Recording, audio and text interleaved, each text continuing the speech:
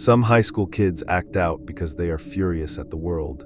You can spot anger easily. It bleeds into the way they slump in their chairs or how they slam their lockers. You can navigate around anger.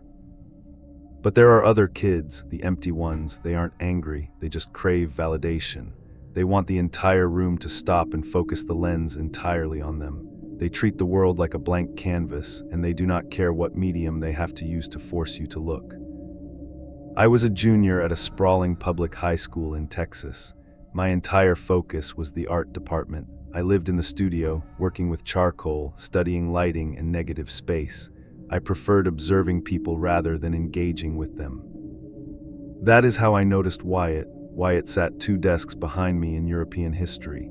He was a quiet, painfully thin kid.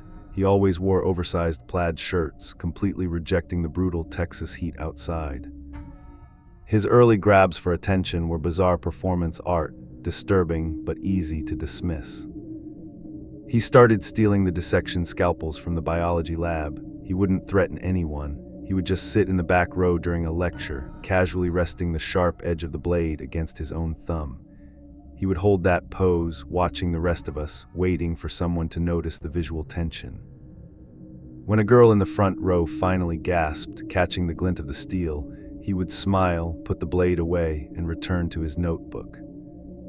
The teachers ignored it. They claimed he was just a desperate kid seeking negative attention.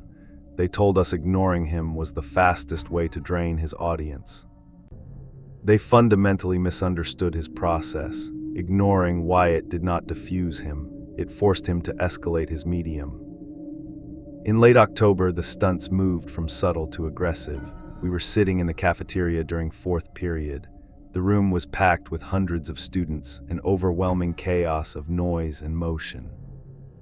Wyatt walked right into the center aisle. He didn't carry a lunch tray. He held a large, clear mason jar. Inside the glass was a massive, live tarantula he had somehow smuggled past the administration. The cafeteria noise dulled, movement stopped. The entire room turned toward him. Wyatt unscrewed the lid. He didn't dump the spider on a table to cause a panic. He tipped the jar back and let the heavy spider crawl directly onto his own face.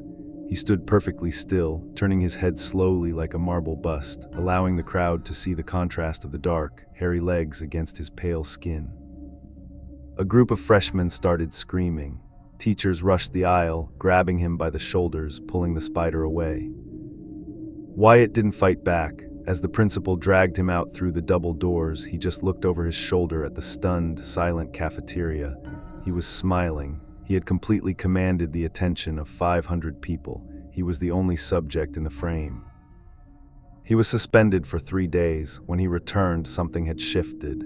Students stopped mocking him. They avoided him instead. You could feel the unease whenever he entered a room. We spent the next month waiting for his final project. The climax occurred the week before winter break. Our school held a mandatory winter assembly in the main gymnasium.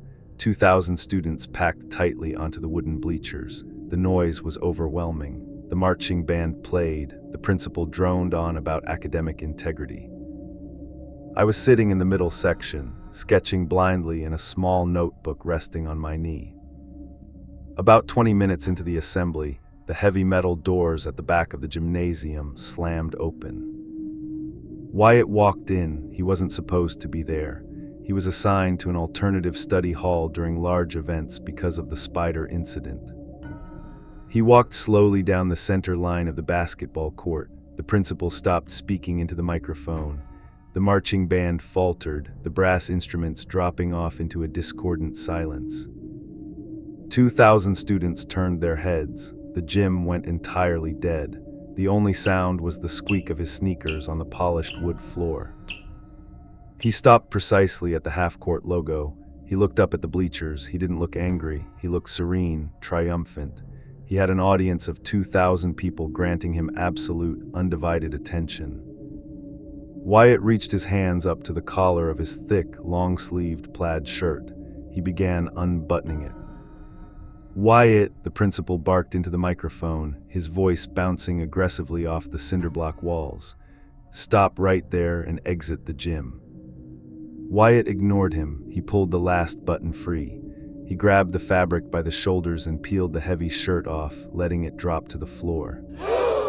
A collective, massive gasp ripped through the gymnasium.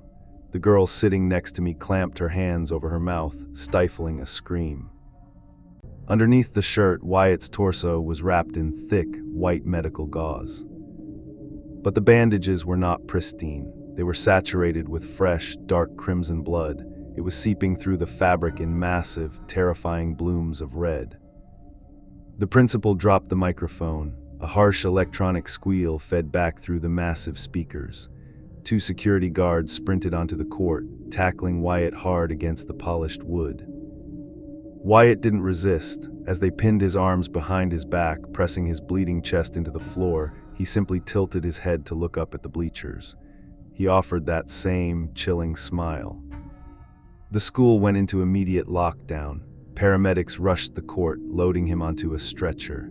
We were trapped in the bleachers for an hour, terrified he had planted a weapon in the building. When the paramedics finally cut away the bloody gauze in the back of the ambulance, they discovered the absolute horror of his masterpiece.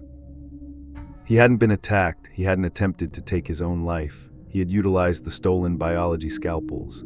Over the course of several days, alone in his bedroom, he had meticulously carved typography into his own flesh, across his chest, down his arms. He carved the names of the teachers who ignored him. He carved the names of the popular students who mocked him. Dozens of names, sliced shallow enough to bleed profusely without severing a major artery. He planned the healing timeline flawlessly. He wrapped himself in gauze, walked onto the court, and waited for the fresh wounds to seep through the white fabric right as he stripped the shirt away. He didn't just want us to look at him.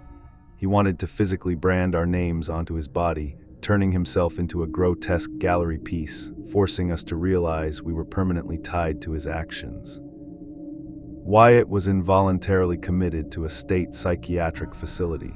He never returned to the high school. I am 28 now. I work as an illustrator for a publishing house, but every winter when the light shifts and the temperature drops and I see someone wearing a heavy plaid shirt, my stomach twists. People assume school violence is always explosive. They think it's about revenge, but sometimes the most unsettling ones aren't trying to hurt anyone. They're just trying to be seen, and they'll destroy themselves in front of you just to make sure you remember the image.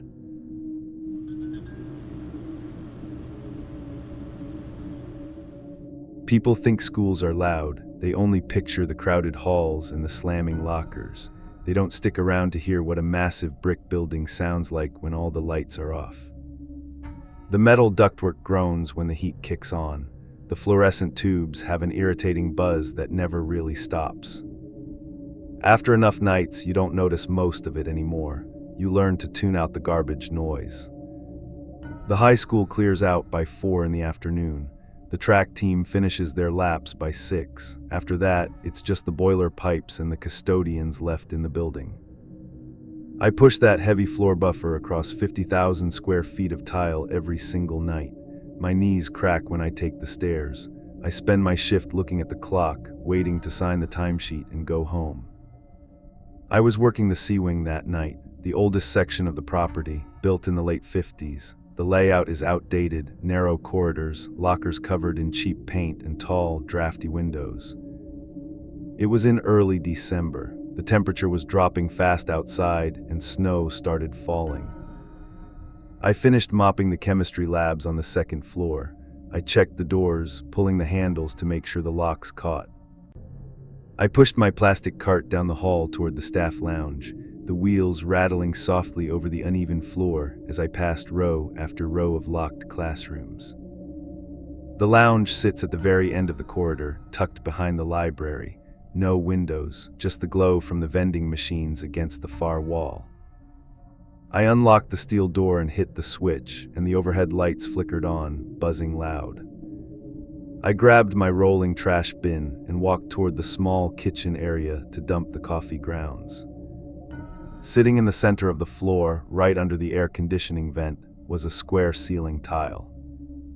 These aren't thin pieces of cardboard, they are dense acoustic panels. They weigh a couple of pounds. They don't just vibrate out of the metal ceiling grid on their own.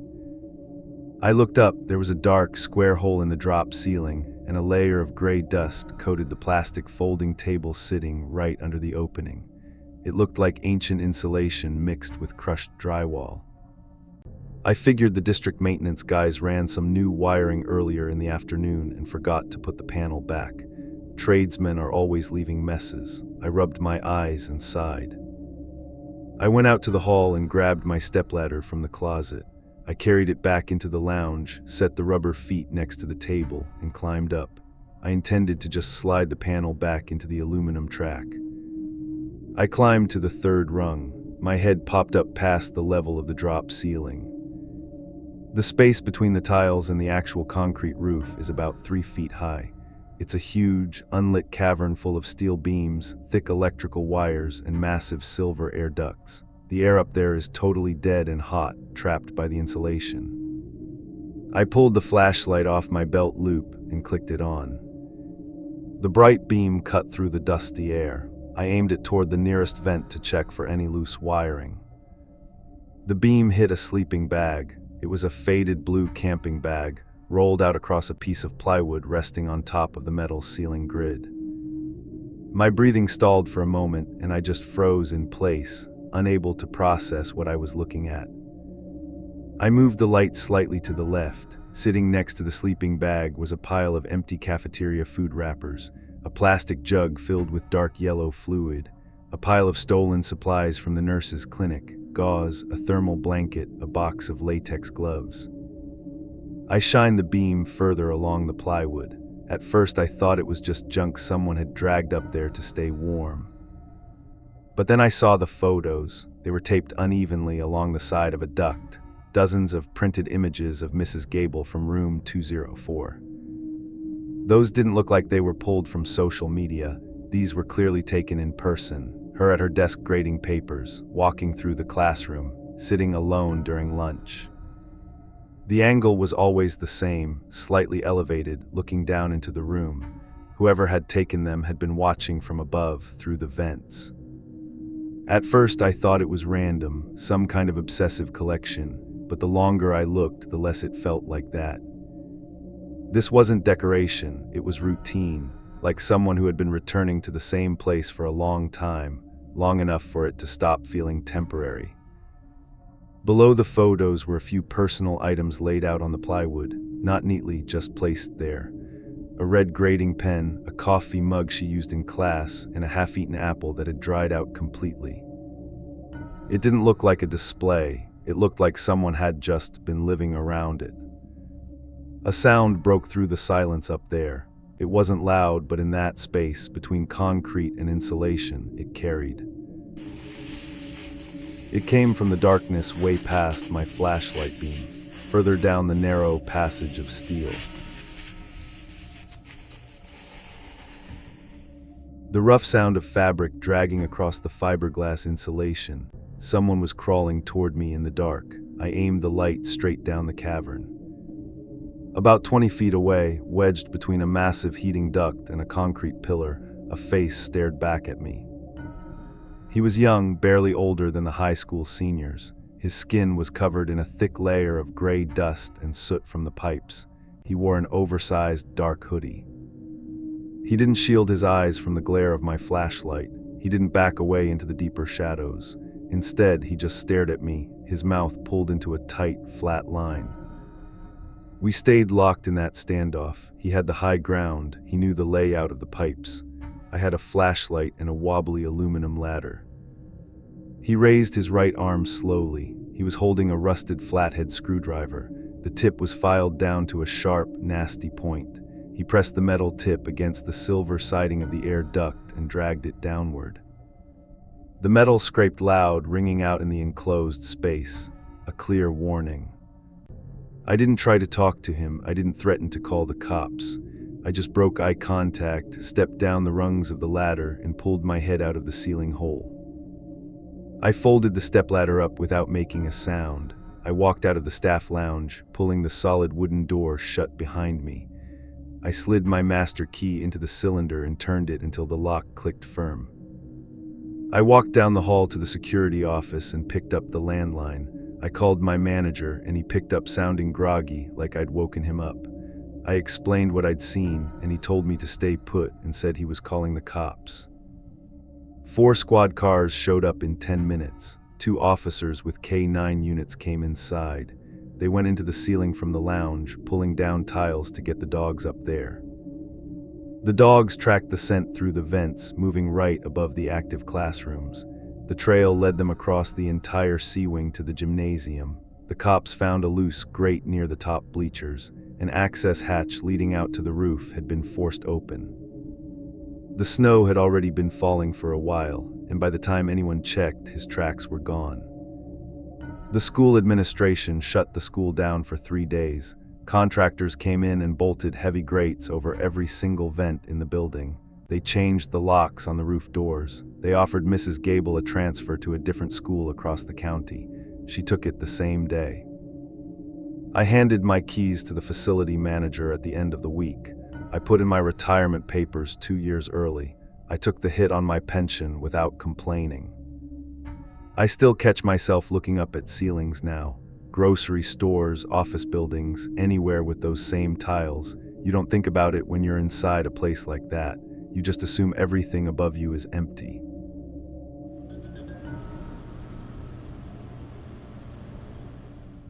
Working the front desk at a middle school means acting as the gatekeeper. You deal with angry parents, sick kids, and a constant flood of paperwork. The lobby is always loud, phones ringing, the intercom buzzing. You learn to multitask, but you also learn to read faces. When a parent walks in, you can usually tell if they are stressed, rushing back to work, or just confused. I've run the front desk at Lincoln Middle for 6 years. I thought I had seen every trick a kid could pull to ditch class. I didn't realize the real threat comes from the adults walking through the front door. I remember that day. It was early spring, and the school had that restless feeling you get when the weather starts turning warm. Around 1:30 p.m., the lobby was relatively empty, just the low hum of the copy machine running in the back office.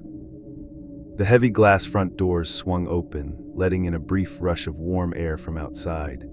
A man stepped inside and let the doors close slowly behind him. He looked entirely normal, mid-30s. He wore a clean flannel shirt and tan chinos. He didn't look nervous. He didn't avoid eye contact. He walked straight up to my counter and offered a polite, apologetic smile. "Hi there," he said, pulling a driver's license from his wallet. "I need to sign my niece out early for a dentist appointment. Her mother got held up at work." I grabbed the sign-out clipboard and slid it across the counter toward him. "Okay, what is the student's name?" I asked, preparing to pull up the emergency contact file on my computer. "Alexis Johnson," he said smoothly. "7th grade. She should be in Mr. Davis's room for science right now." He knew her full name. He knew her exact grade level. He even knew her current period teacher. Usually when an uncle or a neighbor comes in, they barely know what grade the kid is in. His precision made the transaction feel entirely legitimate. I typed Alexis's name into the district database. Her file popped up. I clicked open on the authorized pickup tab and checked the names. The mother was listed. A grandmother was listed. No uncle. I looked back at the man. He was leaning casually against the counter, filling out the sign-out sheet. "I'm sorry," I told him, keeping my voice professional. "You aren't listed on her approved pickup sheet. I can't release her to you until I verify with her mother." The man didn't act angry. He didn't act defensive. He just gave a small, frustrated sigh. "My sister is terrible at updating those forms," he chuckled, tapping his fingers on the laminate counter. "Her mom's name is Sally. She works over at the regional hospital. Feel free to call her, but she's on shift. Alexis has a filling appointment at 2 o'clock. If we miss it, we get charged a fee." He handed me his ID. The name on the card read Tony Jerome. The address was local. It felt rehearsed, but not like a script, more like something he had done before. He was betting I wouldn't want to disturb a working mother at a hospital, that I'd bend the rules to avoid causing a financial problem for the family. A common social engineering tactic. I picked up the desk phone. "I understand, I just have to follow protocol. Let me try her mother's cell. I dialed the number listed in the file. It went straight to a generic voicemail. Tony moved in closer over the counter. Look, can you just page her down to the office? Once Alexis gets here, she can tell you who I am. I promise I'm just the uncle. It was a reasonable request. If the kid walks in, gives the guy a hug, and confirms it's her uncle, I have visual confirmation to back up a temporary override. My finger hovered over the intercom button to buzz Mr. Davis's room. I hesitated, watching Tony at the counter. Before I could bring myself to press it, the door to the principal's suite opened.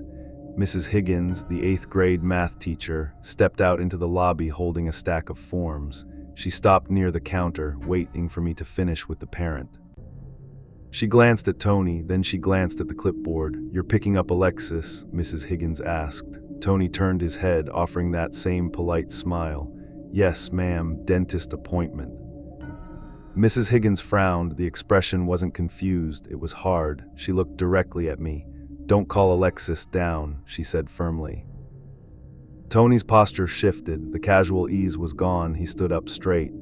"Excuse me," Tony said, his polite tone fractured. Mrs. Higgins took a step closer to the counter, ignoring him entirely. She kept her eyes on me. "Alexis Johnson is an only child," Mrs. Higgins said, her voice dropping lower. "I know her mother from PTA. She doesn't have any siblings. There is no uncle." The silence in the lobby crashed down like a physical weight. It wasn't just quiet, it felt like the entire room had tightened around us. I looked at Tony. The normal, frustrated uncle act was gone completely. His face went entirely blank. He didn't try to explain the discrepancy. He didn't argue with the teacher. He simply turned around, pushed the doors open, and walked out into the parking lot without another word. He didn't run. He walked with a fast, determined stride. He got into a dark blue pickup truck parked at the far edge of the lot, away from the security cameras, and drove off. I locked the front doors immediately and secured the latch. Then I picked up the phone and called the police, keeping my eyes on the parking lot the entire time. When the officers arrived, they reviewed the security footage. The school resource officer brought Alexis down to the office to speak with the detectives. They asked her if she recognized the man from the video still. She shook her head. She had never seen him before. The police ran the license Tony had handed me. It was a complete forgery, a fake name, a fake address. But the terrifying part was the information he possessed. How did a random predator know her exact name, her mother's workplace, and her specific class schedule? 2 days later, the detectives came back with a timeline reconstructed from exterior footage and student interviews. Tony hadn't hacked the school database. He hadn't broken into a filing cabinet. He didn't need to. He had been there every afternoon that week, on the bench just beyond the gate, always there when dismissal began. Middle schoolers are loud, they are careless. They walk home in groups, shouting about their days. Alexis had walked past him every single afternoon. She complained about Mr. Davis's science class. She talked loudly on her cell phone to her mother, Sally, asking what time she got off her shift at the hospital. He just sat on a bench and listened. He collected scraps of passing conversation until he had built a complete, terrifyingly accurate profile of a vulnerable 12-year-old girl. He didn't need to break in. He walked right through the front door, armed with nothing but patience and a stolen schedule. By the end of the week, the sign-out desk had changed. We require a mandatory verification password for all overrides now, nothing left to interpretation anymore. I still work the front desk, but I don't trust calm answers the way I used to. A polite smile and a confident answer mean nothing to me anymore.